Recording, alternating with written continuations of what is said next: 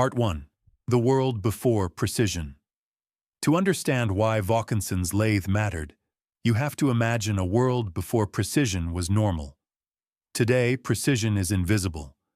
A bolt from one factory fits a nut from another. A bearing can be ordered from a catalog.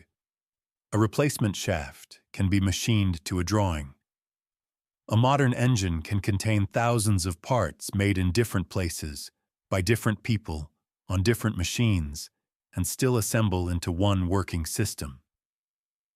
But that world did not always exist. For most of human history, manufacturing was personal. A toolmaker made a part. Then he made the mating part to fit it. A screw was not just a screw, it was that screw. A nut was not just a nut. It was the nut that belonged to that screw. If something broke, a craftsman repaired it by hand, with files, chisels, scrapers, and patience. Parts were not interchangeable in the modern sense. Machines were individuals. Everyone carried the fingerprints of the men who made it. This was beautiful in a workshop. It was impossible for an industrial world. Because once factories began growing, once machines became larger, once production became faster, and once nations began demanding thousands of identical parts instead of dozens of handmade ones, the old system became a bottleneck. The world needed a way to remove some of the uncertainty from the human hand. It needed machines that could control motion, machines that could hold tools rigidly, machines that could repeat an operation, machines that could make parts not just good, but consistent. That is why the early metal lathe was not just a tool, it was a new way of thinking. A human could still decide what to make, but the machine would control the motion. The machine would resist vibration. The machine would guide the cutter. The machine would make accuracy less dependent on the strength of one worker's arm. That was the beginning of modern machining. Part 2. Wooden lathes and their limits. Long before Vaucanson, lathes already existed. They were ancient machines. Wood turners used them to shape bowls, legs, handles, spindles, wheels, and decorative forms. The basic idea was old. Rotate the work, bring a tool to it, and remove material. But early lathes were often wooden framed. For wood, that could be enough. Wood is forgiving. It cuts easily. It does not resist the tool the way iron does. But metal is different. Metal pushes back. When a cutting tool meets iron, brass, or copper, the machine itself becomes part of the fight. If the frame flexes, the cut changes. If the tool vibrates, the surface becomes poor. If the cutter is guided only by the operator's hand, the result depends on skill, strength, and luck. A wooden lathe could be useful, but it had limits. Those limits became obvious when industry began asking lathes to do more than decorative turning. It needed accurate cylinders. It needed repeatable diameters. It needed smooth rollers. It needed shafts that could spin without wobble. And most importantly, it needed the tool to move in a controlled path. That one idea, controlled tool motion, was the heart of the machine tool revolution. The tool could no longer be only in the worker's hand. It had to be held by the machine, guided by the machine, fed by the machine. That is the difference between a lathe as a craft tool and a lathe as a machine tool. A factory without round precision parts is almost impossible to imagine. Every rotating machine depends on them. Every steam engine needed cylinders and rods. Every mill needed shafts. Every pump needed pistons. Every textile machine needed rollers. Every later machine tool needed accurate screws, slides, and rotating spindles. That is why the lathe occupies such an unusual place in history. It was not only a product of the Industrial Revolution, It was one of the conditions that made the Industrial Revolution possible. Steam power could drive machines, but machine tools made the machines. And once machine tools became precise, industry could scale. Not just bigger, more repeatable, more interchangeable, more mechanical, more reliable. That was the hidden revolution.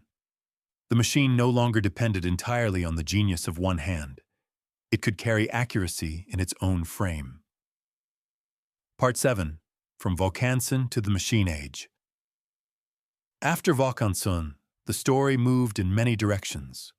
Other inventors built slide-rest lathes. Gun makers developed boring mills. Instrument makers worked on screw-cutting machines. The need for accurate screws became more and more urgent, because screws are not just fasteners. They are mechanical language. A screw converts rotary motion into linear motion. It moves slides. It adjusts instruments. It feeds tools. It clamps work. It sets depth. It makes precision controllable. But if screws cannot be made accurately, then the machines that depend on them cannot be accurate either. This created one of the great feedback loops in manufacturing history. You need accurate machines to make accurate screws, but you need accurate screws to make accurate machines. The early machine tool builders had to climb that ladder one rung at a time. Vaucanson's lathe was one rung. Ramsden's screw-cutting work was another. Wilkinson's boring machine was another. Maudslay's screw-cutting lathe was another. Whitworth's standards were another. And eventually, the entire modern world stood on top of that ladder. But the first rungs matter. Without them, nothing above exists. Part 3. Jacques de Vaucanson. Jacques de Vaucanson was born in Grenoble, France, in 1709. He became famous not because of lathes, but because of automata, mechanical figures, machines that imitated life. He built devices that fascinated Europe, moving figures, mechanical performers, and most famously, a mechanical duck. To modern eyes, that may sound like entertainment, but automata were not just toys. They were demonstrations of mechanical control. They showed how motion could be broken into parts, sequenced, transmitted, repeated, and disguised as life. Behind the spectacle was a serious mechanical mind. Vaucanson was obsessed with replacing human gesture with mechanism. That obsession would eventually lead him to a problem in the textile industry.